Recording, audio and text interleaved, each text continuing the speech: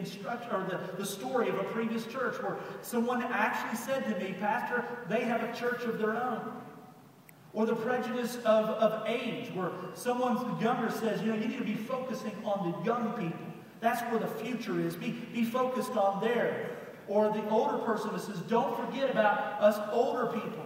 Or people that are more concerned about financial status when they say, hey, remember who's giving the tithes around here. Or someone who makes this statement regarding tenure.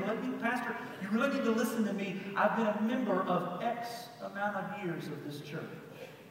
And so we have all kinds of prejudices where we think that we're more important than someone else based on an outward appearance or some kind of ability, earthly ability that we may have. And all of these things they point to prejudice, and as we will see in the scriptures a little later, all prejudice is a sin.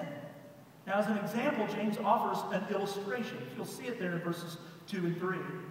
He says, for if a man wearing a gold ring and fine clothing comes into your assembly, and a poor man in shabby clothing also comes in, and if you pay attention to the one who wears the fine clothing and say, you sit here in a good place, while you say to the poor man, you stand over there or sit down at my feet. You see the picture of what was happening? Now, there's some debate over whether or not that James was addressing a particular circumstance. I tend to lean with the group of scholars who say that he's just giving a hypothetical situation. But as you see here, the context is not perhaps a typical church service, not a worship service, but it is the gathering of the church. The church is assembling, and it's sort of a church court situation. Maybe some big decision has to be determined. And so the church is gathering to rule over something, and a couple of new converts walk in. They've not been around a long time. There's no doubt they don't know much about the church. This is the first time that they've ever been in this kind of setting. And when the rich man walks in, he is escorted by one of the elders to a very prominent place among the fellowship.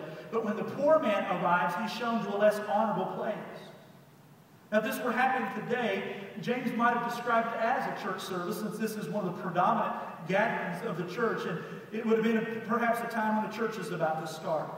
And a couple of people walk in, one obviously quite well-to-do, the other dressed in shabby clothing. One has a $2,000 suit perhaps, and a gold watch, a ring, and whatever.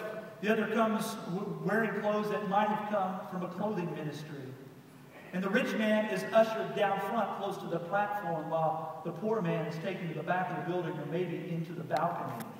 But does that really happen in churches today? Believe it or not, it does happen from time to time. David Jeremiah, in his book, Turning Toward Integrity, shares this story. It's a modern version of this story when he said, actually, this did happen one Sunday in the Bel Air Presbyterian Church when in attendance, then Governor Ronald Reagan and Nancy usually sat in the same seats just off center about 2/3 of the way into the sanctuary. On this particular morning, the governor and his wife were late, and by the time they got there, 2 college students had occupied those seats.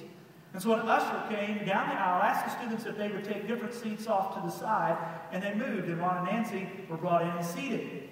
To his credit, the pastor got up from his place on the platform, having seen this, walked down over to the college students and said, as long as I'm pastor of this church, that will never happen again. So we don't think about that, but if we're not careful and we take ownership of certain things, we take ownership of who we are, then we embrace ourselves as being more important than other people. And James to this would say this, as you see it in verse 4, have you then not made distinctions among yourselves and become judges with evil thoughts? So to reiterate what James is saying here, you cannot be a Christian and be prejudiced. You cannot show yourself as more important than someone else, for it is a sin. These two things do not go together, and that's why then James makes an accusation. I want you to